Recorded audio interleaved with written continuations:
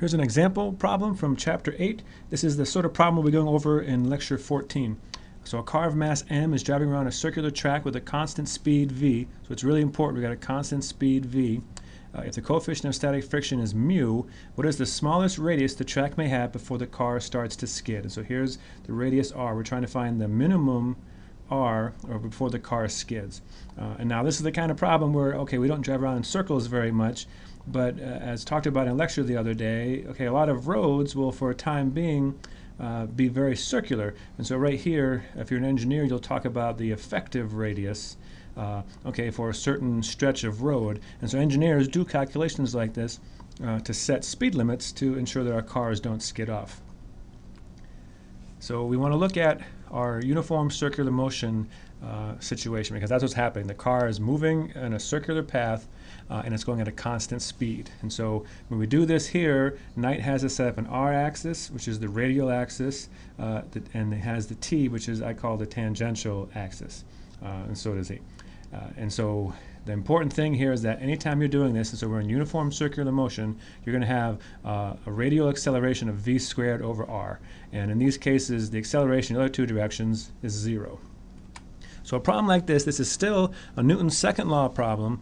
All right, it's a little bit harder because it's got circular motion, but it's still one of those. So the first step is always to draw your free body diagram. So pause the video now and think about this, because it's really tough, this one is. So think about what the forces are acting on this car, and I'll tell you in a second.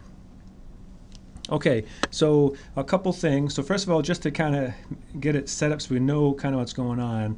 All right, so our t direction would be going this way, and our r direction will be going that way. Okay, so I'm going to go ahead and change the color here just so we can differentiate forces from the directions. If I'm to draw a picture of the car kind of from a side view, wow, that's a really bad car, sorry. So a side view of the car looks something kind of like this. All right, there's two forces on the side view. There's the normal force acting straight up, and there's the mg, gravity, acting straight down. And this would be technically our z axis of the car. Now here we know that a sub z is equal to 0, and so since there's only two forces, that implies that n has to equal mg in that direction. Again, it doesn't always happen that way, but in this case it does. Now for the car, now technically in real life the car is going to have a little bit of a frictional force in the positive t direction and a little bit of a drag force in the negative t direction. But since in this problem, like most problems, we're neglecting drag, there's no drag, so there has to be no friction force forward. Okay, and so the forces in the z direction would be normal force and mg. And so we're going to say there's no forces in the t direction, and there's going to be a force in the r direction. That's going to be the static friction of the tires. And so before we talk too much more about that, let's do a little quick question. So here we have that same car.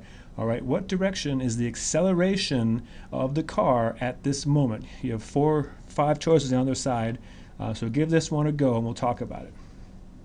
All right, hopefully you got its choice C. All right, so the centripetal acceleration is in fact in towards the center of the circle, which means that our force of static friction has to be in towards the center of the circle as well, because that's the force that is responsible for the ma, m being the mass and a being the centripetal acceleration in this case.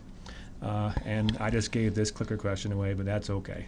So this is C, friction, is actually what force is producing the centripetal acceleration of the car. This is a really important question for me. In class on Monday, we're going to do some questions where we actually ask this of ourselves, because this it can be kind of tricky sometimes. Excuse me.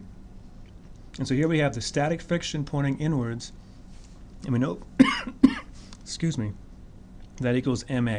So if I do my F equals ma in the radial direction, I get something like this here. The only force is our static friction, and that's going to equal ma, where again a is v squared over r. Now if I want to do this to find the minimum radius, all right, I want to find then the maximum static friction. So the biggest static friction I can have is when it's going to be mu times the normal force, and that's going to equal mv squared over r minimum. And now we know from before the z direction that normal force equals mg. So I have mu mg equals mv squared over r minimum. And you'll see that the mass cancels, and if we get, so then we get mu g equals v squared over r minimum. And then what I start doing is I can do some algebra here. So I'll bring the r minimum over to this side. So it's r min equals v squared, and of course I can also, so over here, and divide by the mu g on that side. And if we get this equation here, r equals v squared over mu g. And again, I should be technical, careful here that that's the minimum value. All right, so we look at this and it makes sense to us. Okay, so first of all, so this is true. This is, again, engineers do this. So this a radius depends on the velocity. The faster you're going, okay, the bigger the radius is going to be. So the faster that speed limit is, means you got to have a bigger radius to be able to accommodate that. And also the mu is down here. So the smaller your mu is, the bigger that radius is. So for instance, if it's raining or snowing, so that mu is smaller, okay, your radius is going to have to be bigger, or else you're going to have to reduce the velocity. It's always a good idea, to look at these equations afterward to make sure they make sense to you. And so here it does. Okay, higher velocity would be a higher radius, so it's going to be a less sharp of a turn, and then a smaller mu is going to lead to a larger radius as well.